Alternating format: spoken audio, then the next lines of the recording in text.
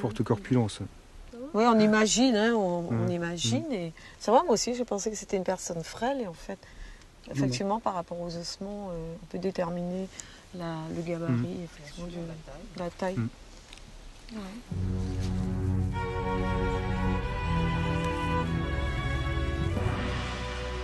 Fait exceptionnel, cette découverte d'un soldat noir identifié défie toutes les lois de la statistique.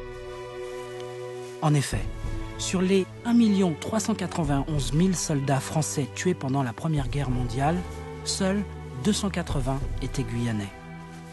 Relayée par les médias locaux, les forums et les réseaux sociaux, l'information devient nationale et gagne l'outre-mer, en particulier la Guyane.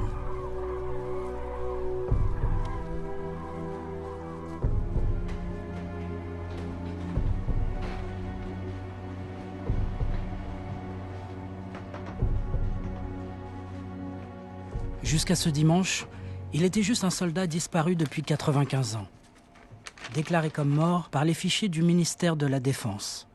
Depuis tout ce temps, il reposait au milieu de la forêt de Fleury, près du ravin du Basile. Il aura fallu quelques passages d'engins de l'ONF et un couple de Hollandais pour le sortir de l'oubli. Maintenant, grâce à sa plaque militaire, ce soldat possède un nom.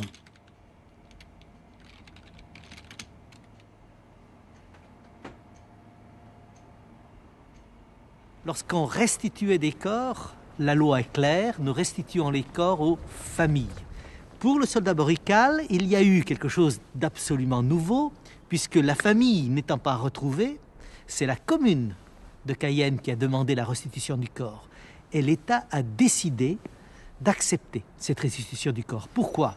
Tout simplement parce qu'il y a là un moment nouveau de la politique mémorielle. C'est-à-dire que, quelque part, lorsque la famille a disparu, les collectivités territoriales, voire plus largement les associations, si l'on le souhaite, sont aujourd'hui capables de porter cette mémoire et d'être le relais de la mémoire de la Grande Guerre.